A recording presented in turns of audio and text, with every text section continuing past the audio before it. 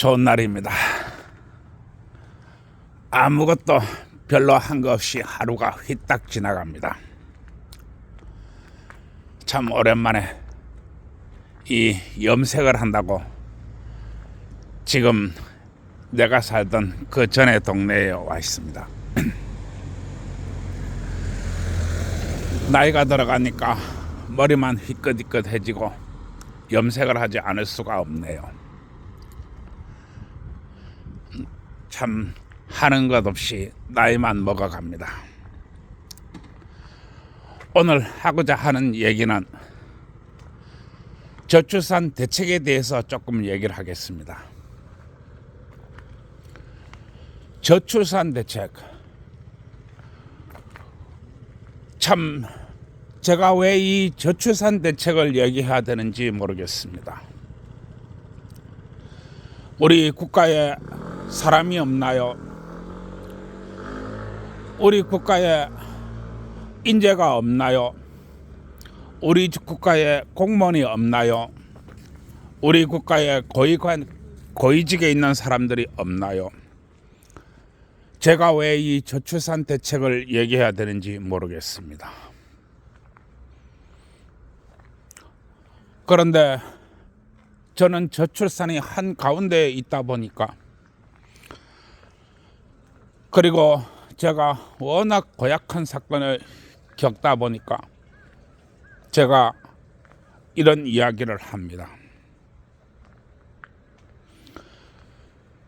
내가 이런 얘기를 할 수밖에 없는 이유가 지금 우리나라의 저출산의 속도가 너무나 가파르다는 것입니다. 이것이 거의 상상을 할 수 없을 정도로 가파르기 때문에 제가 이 이야기를 하는 것입니다. 아무도 얘기하지 않고 아무도 이런 문제에 나서려고 하지 않습니다. 우리나라의 지식인은 죽었습니다. 나는 그렇게 생각합니다. 죽은 지식인이 사회, 어마어마한 범죄 단체가 설치는 사회, 참 나쁜 사회입니다. 그리고 환갑 노총각인 내가 이 이야기를 합니다. 여러분, 제가 왜 이런 이야기를 하겠습니까? 한 세대라는 것은 눈 깜짝하게 가는 것입니다. 그리고 인생도 쏜살같이 가는 것입니다. 우리가 우냐우냐 하면서 키우던 애들이 어느새 어른이 되었습니다. 그러나 거리에 사람 하나 보이지 않을 정도로 그렇게 거리는 죽었습니다. 이 놀라운 속도를 왜 체감하지 못하십니까? 체감하지 못한다는 것은 관심도 없다는 것입니다. 왜 관심이 없을까요? 몰라서 관심이 없나요? 알아도 모른 체 하는 것인가요? 아니면 현실을 모두가 회피하고 말하기 싫어하는 건가요? 세상 다 그렇고 그런가 그런 건가요? 우리가 뭘 어떻게 할 수 있을까? 뭐 그런 건가요? 아닙니다. 내가 변하지 않으면 아무도 변하지 않습니다. 내가 변하지 않은 채 왜 남들 보고 변하라 합니까? 저는 워낙 답답한 마음에 이 이야기를 합니다. 그리고 제가 지금 시급히 취해야 될 국가의 행동에 대해서 얘기하고자 합니다. 저는 이 이야기가 국가의 시책을 논의하고 국가의 공무원들에게 이 이야기가 전달되었으면 합니다. 제가 얘기하는 국가의 저출산 대책은 바로 약탈 대책입니다. 국가에 거대한 범죄단체가 있어서 이 저출산을 만들었습니다. 국가가 국민의 돈을 약탈하니까 저는 이 이야기를 합니다. 국가도 약탈을 하면 됩니다. 무엇을 약탈하느냐? 사람을 약탈하면 됩니다. 그리고 이 내가 이야기하는 조치를 빠르게 시행해 주시기 바랍니다. 제가 이야기를 모든 국민과 이것을 시청하시고 있는 대한민국 공무원들에게 간곡히 부탁합니다. 사람도 약탈할 수 있습니다. 돈만 약탈하는 게 아니고 사람도 약탈하면 됩니다. 어떻게 약탈하느냐? 남의 나라 젊은이를 뺏어오면 됩니다. 남의 나라 젊은 남녀를 뺏어오면 되는 것입니다. 어떻게 뺏어오느냐? 남의 나라 젊은 남녀들을 취업으로 유인해서 데려오는 것입니다. 어떻게 데려오느냐? 방법은 두 가지입니다. 현재 우리나라에는 많은 외국인 노동자들이 있습니다. 이 외국인 노동자들을 구분을 해야 됩니다. 범죄를 저질렀거나 아니면 한국인에게 피해를 주거나 또는 한국인이 법을 교묘하게 이용해서 체류하고 있는 불법 체류자들은 가장 빠르게 우리나라에서 퇴출시키고 쫓아내야 됩니다. 이것이 첫 번째 대책입니다. 두 번째 대책은 우리나라에는 많은 교환학생들이 있고 많은 불법 체류자들이 있습니다. 이 불법 체류자들은 돈을 벌기 위해 한국에 있는 것입니다. 또 합법적인 체류자도 많이 있습니다. 이 외국인들을 우리나라에 일단 영주권을 주고 나중에는 몇 년 동안 이상이 없으면 국적을 줘야 됩니다. 다만 조건이 말입니다. 이 조건이 중요합니다. 베트남이나 아니면 라오스나 필리핀이나 이런 나라들, 동남아 나라들, 스리랑카, 방글라데시 많이 있죠. 심지어는 중앙아시아의 국가도 많이 있습니다. 카자흐스탄이나 키르기스스탄, 몽골 많이 있습니다. 이러한 나라의 국적을, 자신의 나라의 국적을 포기하는 것입니다. 즉 자신의 나라의 국적을 포기하는 전제 조건으로 영주권을 주는 것입니다. 그리고 난민 자격으로 받아들이는 것입니다. 국적을 포기하게끔 해야만이 그들이 갈 데가 없어집니다. 그들이 갈 데가 없어져야 우리나라의 국민으로 남을 수 있습니다. 그리고 2년, 3년 정도 되면 국적을 취득하도록 해야 됩니다. 지금은 자신의 나라의 국적을 가지고 있다 보니까 돈만 벌어서 내빼는 경우가 생깁니다. 그렇게 되면 우리나라에는 아무런 도움이 되지 않습니다.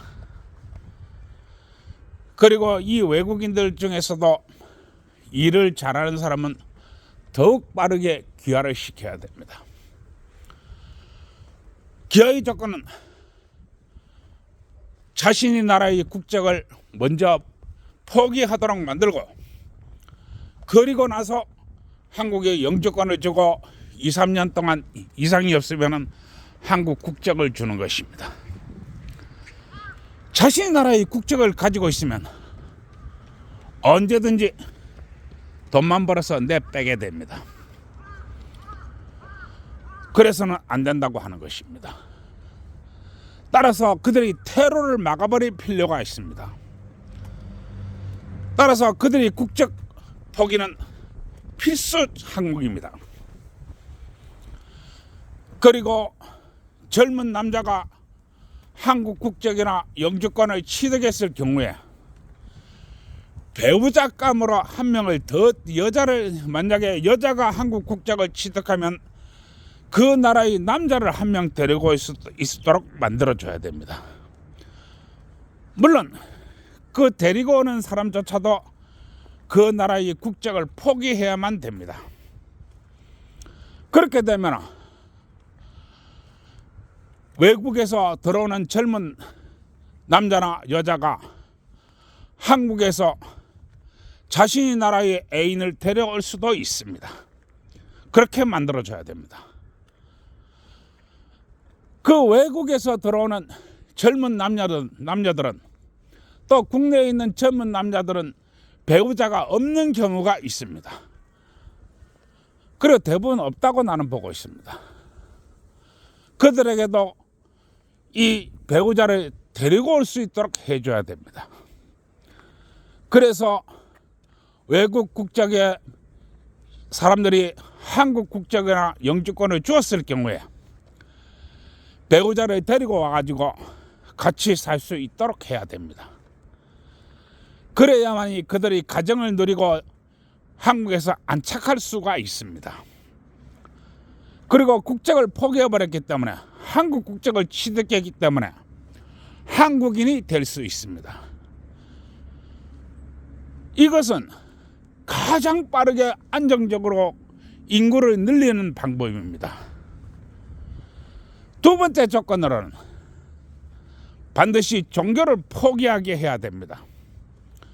한국 국적을 영주권을 취득할 때 반드시 더 이상 종교를 믿지 않겠다고 못을 박아야 됩니다.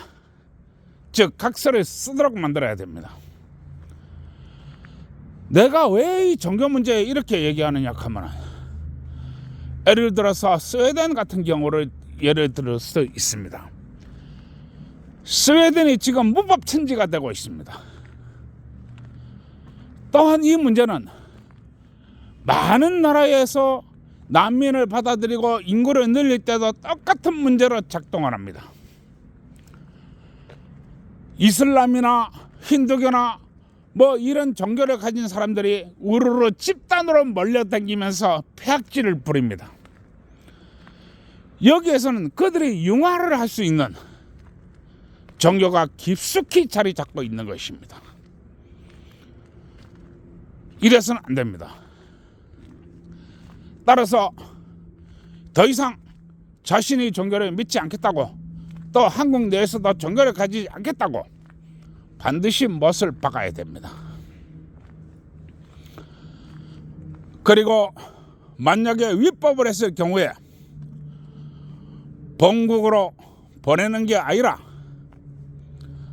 군에 입대시킨다든지 아니면은 강제 노동 할 수 있도록 그렇게 만들어야 됩니다.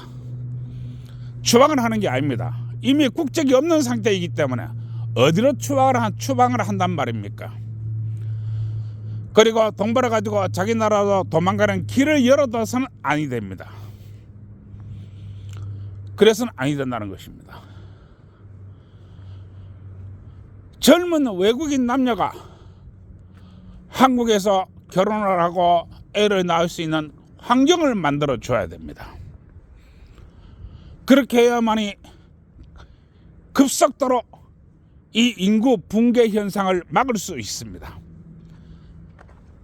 돈만 우리나라의 사법부 주식회사가 돈만 약탈하는 게 아닙니다. 사람도 약탈할 수 있습니다. 내가 이렇게 약탈한다는 것은 지금은 어느 나라든지 사람 부족 현상을 겪고 있습니다. 동남아도 옛날처럼 많이 낳는 그런 시대가 아닙니다.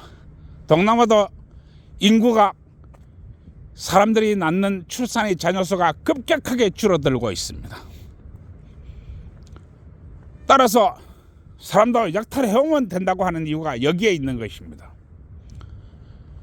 그리고 이 동남아는 시족 사회로 전부 다 이루어져 있습니다.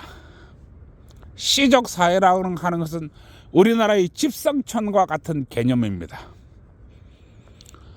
한 사람이 우리나라에 취업을 하면 온 가족과 먹고 살고 그 취업하는 사람의 능력에 따라서 온 동네가 먹고 사는 그런 구조입니다. 이걸 막아야 됩니다.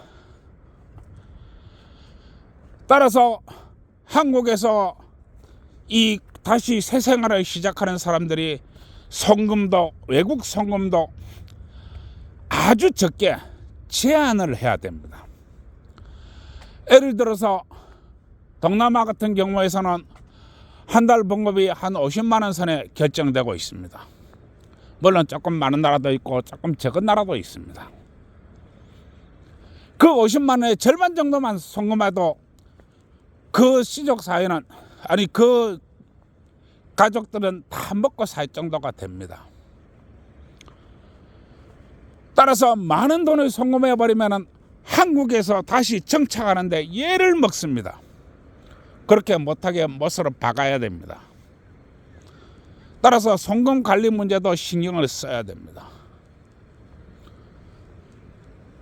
그리고 만약에 자국이 나라로 돌아가서 돌아오지 않는다든가 또 자국이 나라에서 오랜 동안 이렇게 들어오지 않는 경우에서는 국내에 있는 재산을 반출하지 못하도록 해야 됩니다. 그렇게 해야 됩니다. 예를 들어서 이게 무슨 말 같지 않는 소리냐 이래 얘기하지만은 미국이 트럼프 정부를 예로 들을 것 같으면은 한국인들이 미국에 가서 벌어둔 돈 다 놔두고 몸만 나가라 이렇게 얘기합니다. 왜 한국에서 번 돈을 한국 국적을 위장해서 일을 하고 왜 한국 국적을 벌리고 자기 나라로 돌아간단 말입니까? 그러면서 한국에서 번 돈을 가지고 나간단 말입니까? 그건 안 됩니다. 그래서 이 영주권 국적 취득을 할 때 신중을 기해야 되며 이와 같은 단계는 빠른 속도로 이루어져야 됩니다. 만약에 이 외국인들이 자신의 고향에서 애들이 있다면 애들까지도 다 데리고 올 수 있는 그런 조치를 만들어 놔야 됩니다. 그러면은 아이들까지도 덩달아 데려올 수 있습니다. 내가 이것을 사람 약탈이라고 하는 것입니다. 즉 국가가 행하는 약탈행위라고 하는 것입니다. 사람도 약탈할 수 있습니다. 따라서 그 나라에 있는 젊은 남녀들을 빼오는 행위를 말하는 것입니다. 다행히 이것이 가능한 이유는 우리 한국은 경제력이 받침이 되고 있습니다. 경제력이 받침이 있기 때문에 많은 사람들이 한국으로 들어오려 합니다. 따라서 한국에 들어오는 사람들을 한국이 잡아야 된다는 것입니다.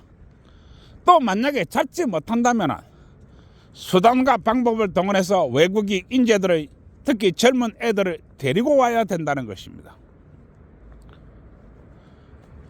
그리고 한국에 있는 나이 많은 외국인들은 추방을 해야 됩니다. 나이 많은 외국인들은 참 내가 할 수 있는 나이지만은 도움이 안 됩니다. 우리에게는 젊은 사람들이 필요한 것이고 아이들이 필요한 것입니다. 따라서 할 소리는 아니고 참 냉정한 얘기지만은 나이 많은 외국인들은 다 나가야 됩니다. 난 그렇게 생각합니다. 돈이 없으면 벌면 되지만은 사람은 버는 게 아닙니다. 그럼 어떻게 해야 됩니까? 뺏어오면 되는 겁니다. 우리 한국에 오면은 앞으로 잘 살 수 있다. 한국은 기회의 나라다. 그렇게 꼬드겨 가지고 데리고 오면 됩니다. 이와 같은 조치를 빠르게 시행해야 됩니다. 시간은 손살처럼 가는 것입니다. 그리고 한 세대라는 것은 자고 나면 가버리는 게 한 세대입니다. 이 한 세대라고 하는 것은 정말 너무도 빠른 속도입니다. 뭐 망설일 이유도 없고 그런 시간도 지금 없는 그런 상황입니다. 따라서 국적을 포기하는 조건으로 한국에 오면은 국적을 준다. 그리고 종교를 가지고 뭉쳐다니지 말아라. 열심히 일만 하면 살아라. 열심히 일하고 애 낳고 저축하고 그렇게 살아라. 우리 한국 사람들도 다 그렇게 산다. 이렇게 하면서 외국이 젊은 남녀를 빼오는 것입니다.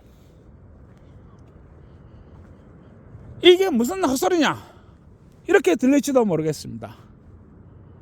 이게 무슨 말도 안 되는 얘기냐? 그렇게 들릴지도 모르겠습니다. 그러나 우리는 지금 그런 것을 따질 여유도 없습니다. 우리가 지금 그렇게 빠른 속도하에 놓여 있다는 것입니다. 따지고 토론을 하고 무슨 그 법률을 검토하고 그럴 시간이 없습니다. 따라서 외국에서 젊은 남녀를 데리고 와가지고 잡으면 됩니다. 또 지금 많은 유학생들이 있습니다. 이 유학생들은 그야말로 젊은 인력들입니다. 법적으로 묶고 꼬드켜가지고 묶고 이래가지고 똘똘 묶어가지고 자국으로 못 돌아가도록 해야 됩니다. 그리고 젊은 유학생이 한국에서 배우자를 못 구하면 자국에 있는 배우자를 데리고 오도록 만들어야 됩니다. 물론 자국에 있는 배우자도 한국에 못 나가지요. 들어오긴 쉬우나 나가진 못하게 만들어야 됩니다. 그리고 이 외국인들에게 철저한 금전 교육을 시켜야 됩니다. 금융 교육 말입니다. 한국 사람들도 금융 교육을 배우지 못했습니다. 이 외국인들도 금융 교육을 시키고 항상 책을 가까이 하고 배움의 자세를 갖출 수 있는 기반 시설을 만들어야 됩니다. 그리고 어떻게 하든지 이 사람들이 자립할 수 있도록 그리고 일어설 수 있도록 기반 시설을 마련해야 된다고 나는 보고 있습니다. 내가 국가에서 이 사람들이 생활비를 지원해 주라는 게 아닙니다. 이 사람들한테 집을 마련해 주라는 게 아닙니다. 생활비는 열심히 일해서 벌어야지요. 집도 열심히 일해서 사야지요. 나는 이런 얘기를 하는 게 아닙니다. 금융 지원, 집이 지원, 거주 지원 이런 거 해줄 필요 없습니다. 열심히 일해가지고 벌어서 살아야지요. 제가 이 얘기를 하는 이유는 우리나라가 시간이 없습니다. 정말 너무너무 시간이 없습니다. 공청회를 하고 토론하고 법률을 검토하고 그럴 시간 아예 없습니다. 한 세대는 정말 눈 깜짝하게 가기 때문에 그렇습니다. 그리고 지금 우리나라의 금융산업 기계산업 뿌리산업 지금 젊은 사람들이 없습니다. 이래가지고는 국가가 완전히 무너진다는 것을 얘기하는 것입니다. 국가를 일으켜 세우는 것은 너무너무 힘이 듭니다. 그러나 국가가 망하는 것은 정말 빛처럼 빠르다고 얘기할 수 있습니다. 저희 얘기를 들으시고 이와 같은 처방 조치 사항을 빠르게 좀 시행을 해 주십시오. 빠르게 해야 됩니다. 사람이 오면은 뺏어오면 되는 것입니다. 그리고 나는 사람 약탈이라고 얘기하는 것입니다. 뺏어오면 되지요. 모르면 가르치면 되지요. 안 배웠으면 배우게 하면 되지요. 나이 얘기가 허황되고 말도 안 되고 하다고 하지 마시고 빠르게 시행해 주시기 바랍니다. 우리한테는 그런 거에 따질 시간도 없습니다. 빠르게 해 주시기 바랍니다. 좋아요, 구독 눌러주세요. 그리고 내가 만드는 신종 유행어 널리 퍼뜨려 주시기 바랍니다. 신종 유행어는 뭐냐? 오늘 하루도 수고했습니다. 국가와 민족을 위해서 떡 많이 치는 나라가 됩시다. 이게 내가 내리는 또 내가 말하는 신종 유행어입니다. 국가와 민족을 위해서 떡 많이 치는 밤 됩시다. 예, 고맙습니다.